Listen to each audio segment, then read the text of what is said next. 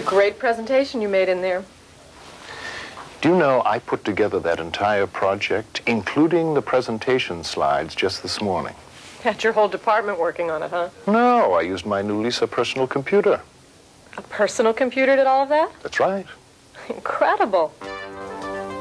The Lisa computer is incredible. In just a few moments, it helped me adjust a schedule chart.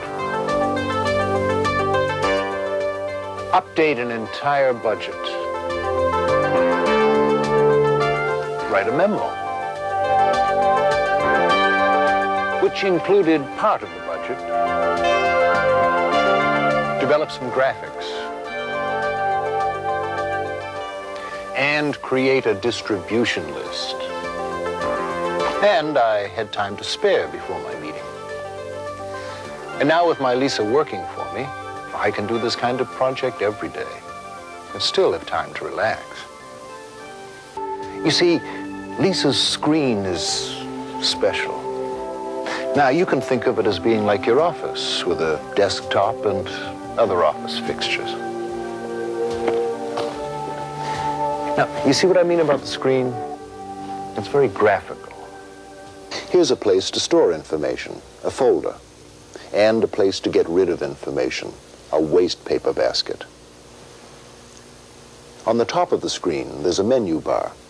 It tells you what kinds of functions are available at any one time. This entire arrangement is called the Desktop Manager. We control Lisa by pointing to these images on the screen with this unique item called a mouse. By moving the mouse, we move the pointer. To open my folder, I point to it and click the mouse button, selecting it. Now, by going to the menu bar and depressing that button again, the menu is displayed. The option that I point to, in this case, Opus Project, is highlighted in black. When I release the mouse button, I can see the contents of the folder. I can quickly put the documents in any folder in Lisa, and even store folders inside other folders, just as I do in my office. Now, earlier today, I filed a project schedule in this folder. Let's retrieve it.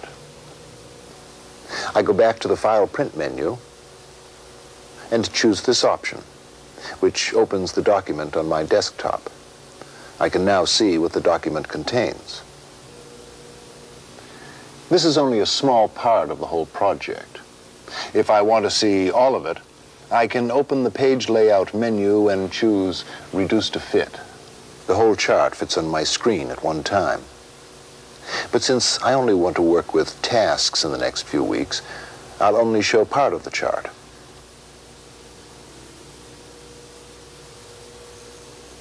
The circles are milestones, and the boxes are the tasks to be completed. Inside each box is the name of the task, who's responsible for it, and how long it will take. I can also see 2 dates associated with each task and milestone. This one is the latest I must start a task if it's to be completed on time, and this one is the latest I have to complete the task if I'm not to delay the whole project.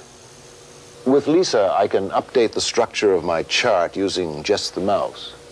To add a task to my flowchart, I draw this box with the mouse and enter the name of the new task from the keyboard.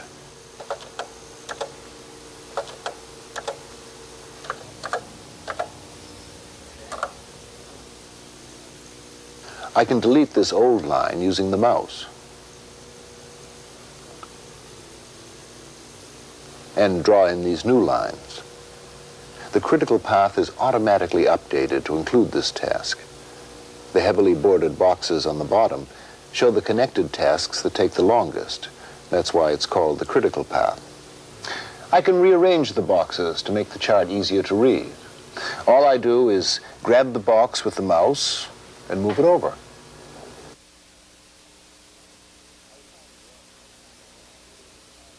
I assigned Robert to the new task and gave him 5 days to complete it. Let's see how this new job will affect his workload. I'll ask Lisa for a resource chart.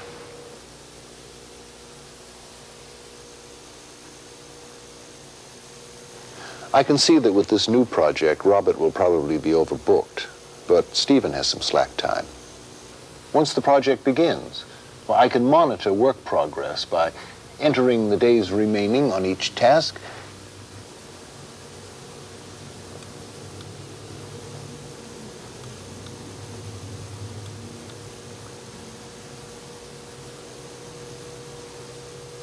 which automatically updates the resource chart.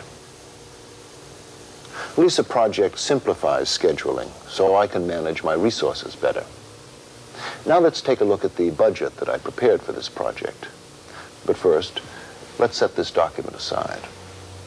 I simply go to the File Print menu with the pointer and choose Set Aside Schedule. It goes to a place on my desktop so I can easily go back to it. And updating a budget this morning was simple, with the help of Lisa Calc. Lisa Calc allows me to easily develop budgets, financial analyses, cost models, and much more. Let's look at my Opus budget, which is now opened on my desktop. If I wanted to see the assumptions I made when setting up this model, well, I could scroll up. I can also scroll down and to the left and right. I can reduce the size of the print so I can see more of the chart. I can now see my entire model on the screen. Let's say I wanted to change the values in one of the cells. I point to the cell, press the mouse button to select it, and then type in the new value, which automatically replaces the old one. Now, watch what happens to my expenses if I start with a staff of 10 people instead of 4. Let's see if there's some way I can reduce my expenses. Now, we could revise the assumptions spelled out below the model. Let's see what effect reducing employee expenses would have on my deficit. I'll change it to $500 a month. Now I've corrected my deficit. If I want to insert any part of this budget into a memo or a report, I use the mouse to select the information. I then go to the Edit menu and choose Copy. I've now made a copy of the model which I can use later. I'll set aside the budget for now.